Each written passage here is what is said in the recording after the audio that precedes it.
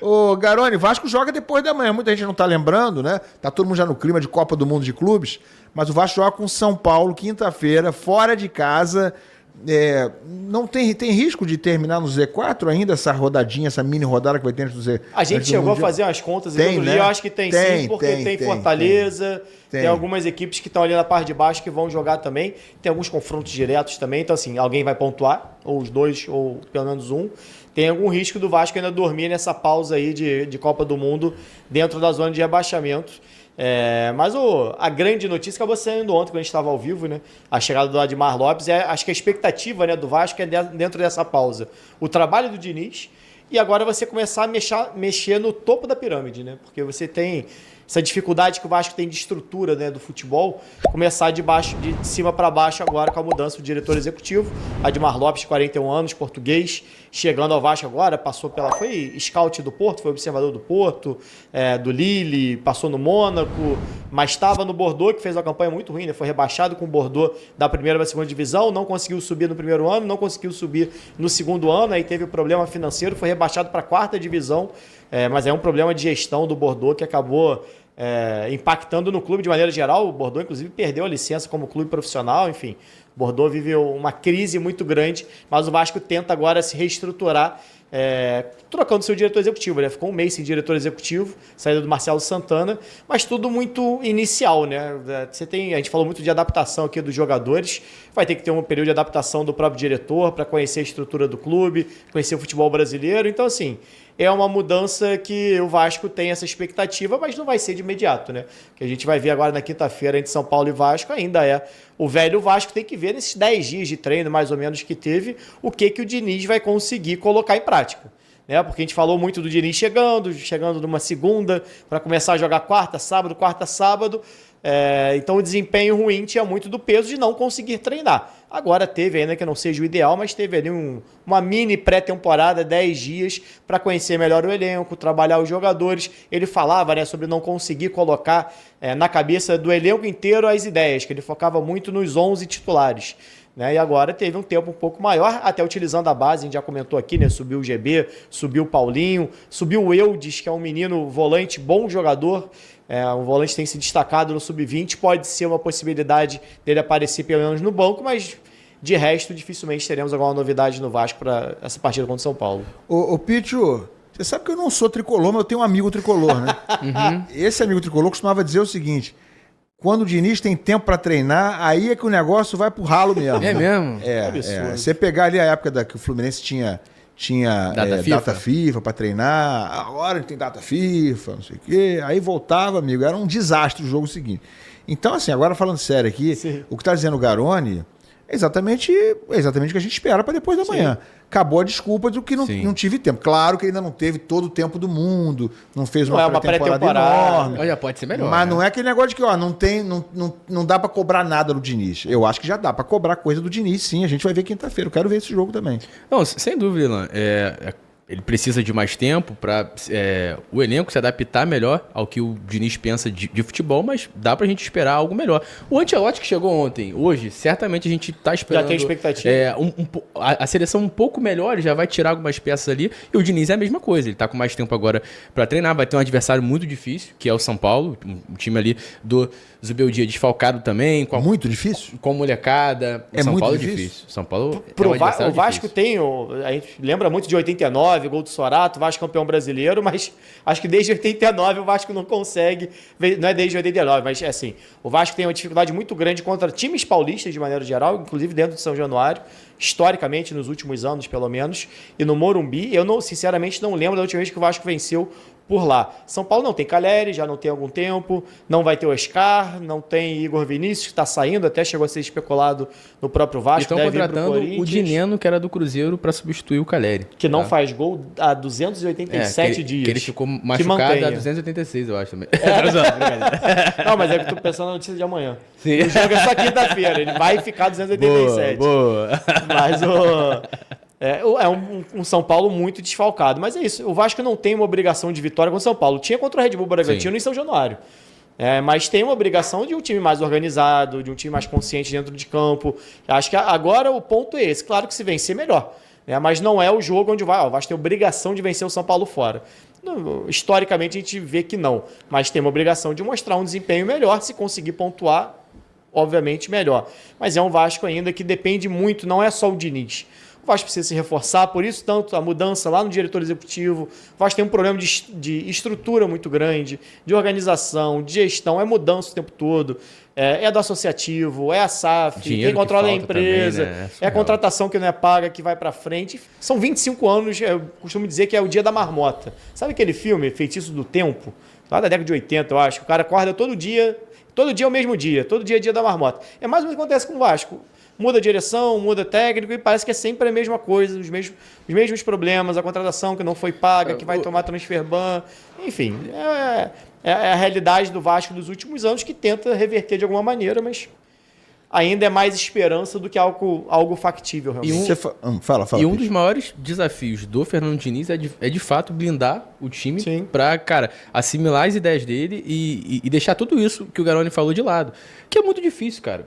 Você chega lá no CT, aí Receita Federal que bate lá na porta, tá faltando pagamento da gestão tal e tal, e, meu irmão, calma aí. O jogador lê essas coisas. Exatamente. Você recebe a notícia. Eu não consegui pagar o jogador que passou aqui, e aí, sabe, isso de fato afeta. A gente tá vendo o Corinthians passando por uma situação muito complicada, e isso afeta o campo também. E o Diniz, ele vai ter um desafio muito grande de blindar o elenco para conseguir implementar as ideias dele e fazer o Vasco jogar melhor, que também é um grande desafio.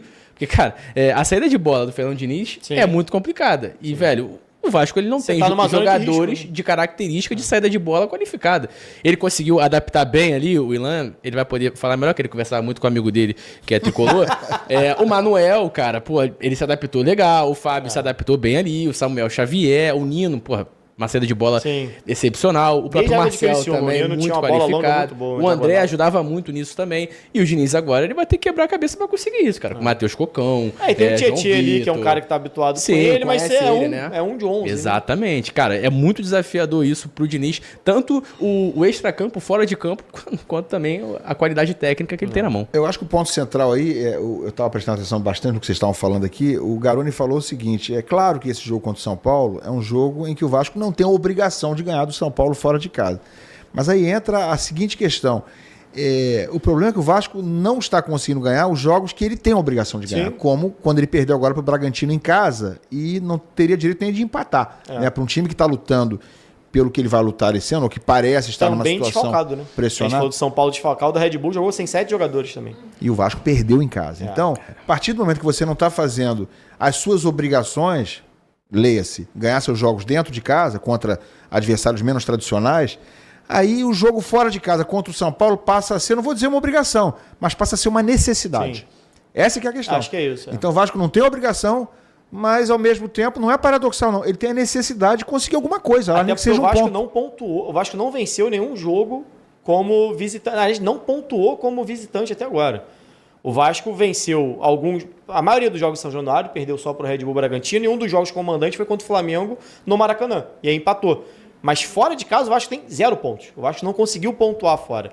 E aí entra a necessidade, acho que o termo que você usou é perfeito, porque não é uma obrigação agora, porque é início de campeonato, então você, beleza, tem muito campeonato ainda para pegar esses pontos. Mas vai se tornando, porque quando você... O Vasco nem joga 19 jogos dentro de São Januário, né? O Vasco joga 15.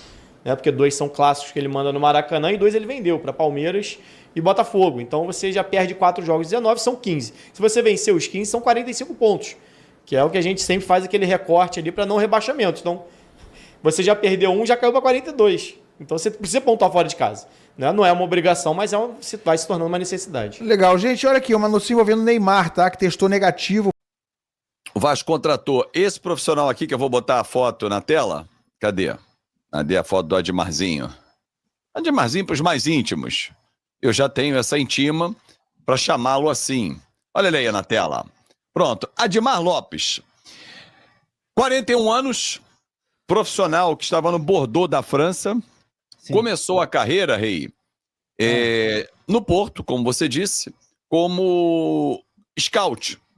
Né? Ele era um dos responsáveis pelo scout, pelo planejamento de aquisições de atletas, depois foi para o Mônaco e para o Lille.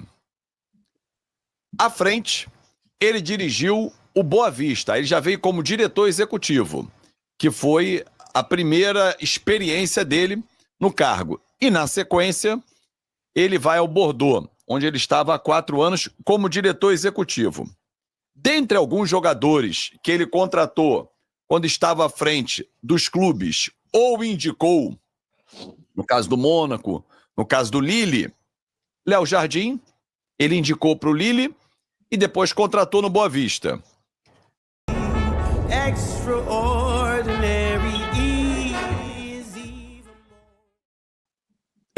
Alexandro, Danilo, Otamendi, Thiago Mendes, Rames Rodrigues, são alguns nomes.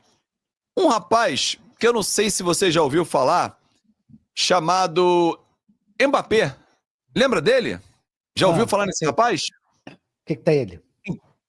Então, ele estava no Mônaco quando indicou a contratação. Então, assim, é um profissional que tem capacidade técnica, apesar de ser um desconhecido do público brasileiro. Ele chega ao Brasil nos próximos dias para comandar uma pasta que é muito difícil do Vasco, porque, diferentemente do Boto, no Flamengo, em que ele tem muitos recursos, no Vasco os recursos são, assim, ó, escassos. O Flamengo, assim, fica girando dinheiro, né? Exatamente. Ainda mais depois do Mundial. Aí que o dinheiro vai estar forte, tá? Porque exatamente, são 85 milhões, só pela participação inicial, né? Participação na FIFA, no Mundial da FIFA, a venda do Wesley, que o Flamengo está calculando aí ganhar, tá, até que, você tem uma reportagem que a gente vai falar depois, 220 milhões de reais com a venda do Wesley. Ainda pode ter a venda do Gerson, porque ontem eu falei, Fábio Azevedo, que não acreditava muito na venda do Gerson. Mas o Ancelotti deu uma coletiva falando sobre o Gerson ir para a Rússia. Então, assim, a partir do momento que o Gerson abre conversa com o Ancelotti sobre a possibilidade de ir para a Rússia, porque ele está muito inclinado em ir. Mas você viu o que ele falou, né, o Ancelotti, né? Exatamente. Ele então, desaconselhou. Desaconselhou. Mas, assim, a partir do momento, Fábio, que o cara vai pro técnico da seleção brasileira, que está acabando de começar e abre essa conversa, é porque ele tá querendo muito ir para lá. Mas muito ir para lá. Então é isso. Mas assim, vamos pensar, o Flamengo recebe 25 milhões de euros. Dá quanto? 25 vezes 6? Vezes 6, 150 milhões de reais. Porra, mais 150. Olha a grana. 220 do Wesley, 150 milhões do Gerson se vender, mais o dinheiro da FIFA. Ou seja, o Flamengo vem para o segundo semestre, quando abrir a janela, muito forte. Muito forte. E tem que ser, né? Mas daqui a pouco a gente fala sobre isso. E sobre esse scout, cara, geralmente a gente conhece mesmo porque a gente não sabe o nome dos scouts, né? Tipo, o Boto, sinceramente, eu nunca ouvi falar do Boto. Então, eu até falei no vídeo hoje, o Rei, que quando o Boto chegou, a Flapress ficou com fogo no fosquete. O Boto, Zé Boto, trabalhou no céu. Aí começou a chancelar. Assim como você tá pro rapaz aí, foi pro Vasco. Então, eu acho justo. Agora eu te peguei. Não, no caso do Vasco, não. No caso do Vasco, eu vou te dizer. Eu não tô assim. Eu falo, cara, eu quero aguardar, porém ele vem com credenciais. Mas vamos ver como é que ele vai atuar no mercado brasileiro. Agora, a dúvida é, e o Eric Fernandes manda aqui um dinheiro que a gente compra 3 apartamentos no Brasil. Chega com a chave do departamento... Ele pode ter a chave do departamento, Eric, mas não tem a chave do cofre. Porém, até porque se tiver, vai fazer muita diferença. Ele devolve. E aí é o seguinte, eu não conversei com ninguém do Vasco hoje para confirmar, mas eu duvido que o cara sairia da França ou do mercado europeu, como queiram, para vir para o Brasil se aventurar. Algo concreto foi apresentado para ele. E para ele ter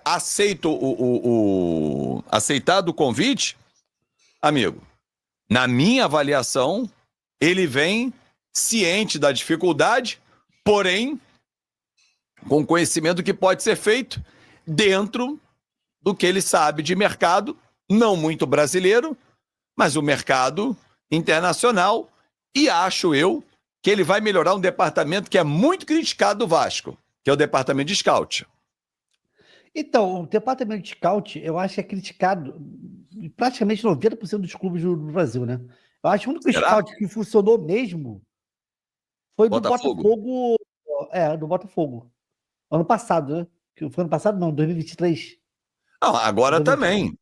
Fez boas contratações o Botafogo. Mas aí também aí tem aquela coisa do dinheiro, né? Tem dinheiro, é fácil. E o Flamengo 2019 também, né? O Flamengo contratou metade do time titular 2019. Assim, 100% de acerto. Errou uma. Mas é uma questão da grana, né? O Flamengo começou 2019 com dinheiro em caixa. Então, quando você tem dinheiro em caixa, é mais fácil você negociar.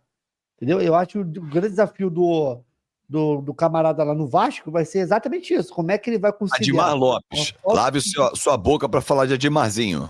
Tá? Adimarzinho, desculpa, Adimarzinho. Como é que ele vai? Adimarzinho, repita comigo. Adimarzinho, Adimarzinho, meu querido. Assim, como é que vai? Tem que ser muito criativo.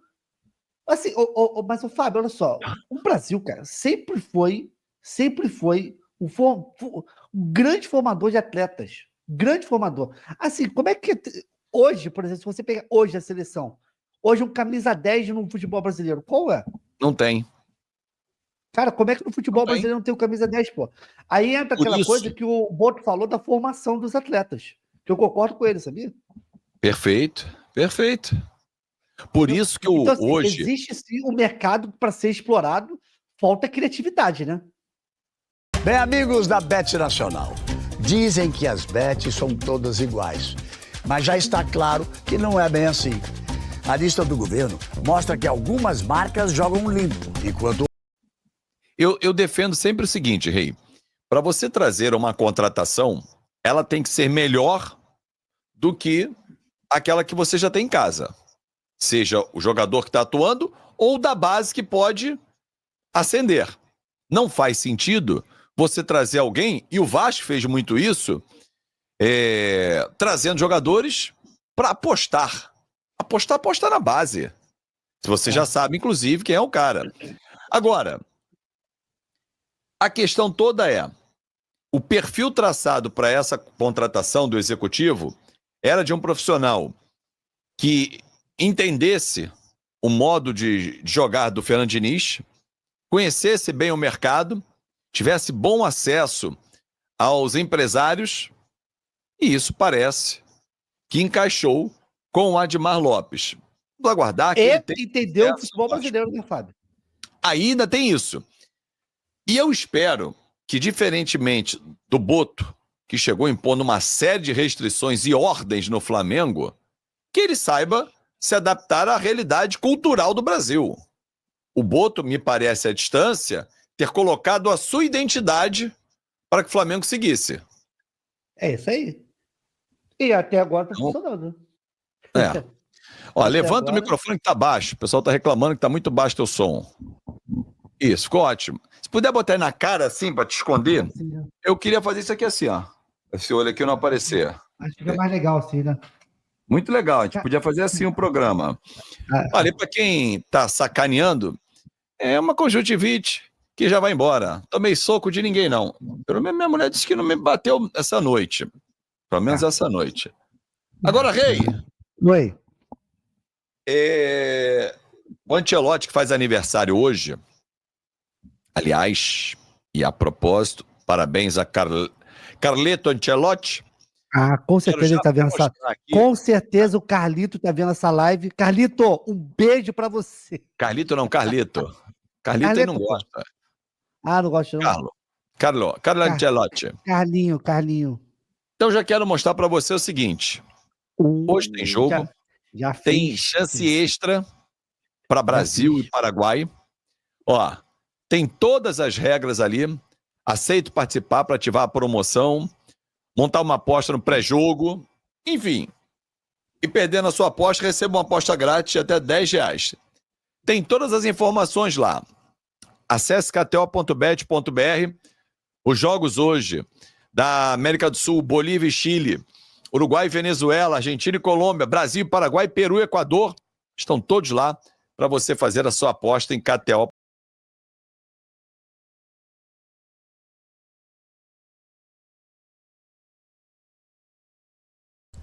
Salve, torcedor vascaíno, seja bem-vindo ao Vasco Full, todos os dias conteúdo exclusivo do Vasco pra vocês.